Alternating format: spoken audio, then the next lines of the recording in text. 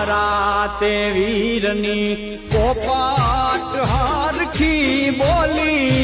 પંખી પ્યારા લાગે મારા તે વીરને ધીમેથી મામાએ પૂછ્યું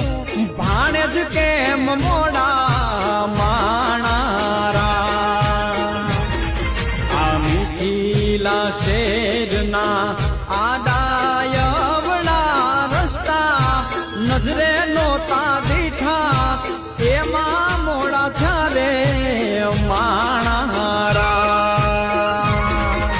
એ મારા તે વીરની પોપટ હરખી બોલી પંખી પ્યારા લાગે માણારા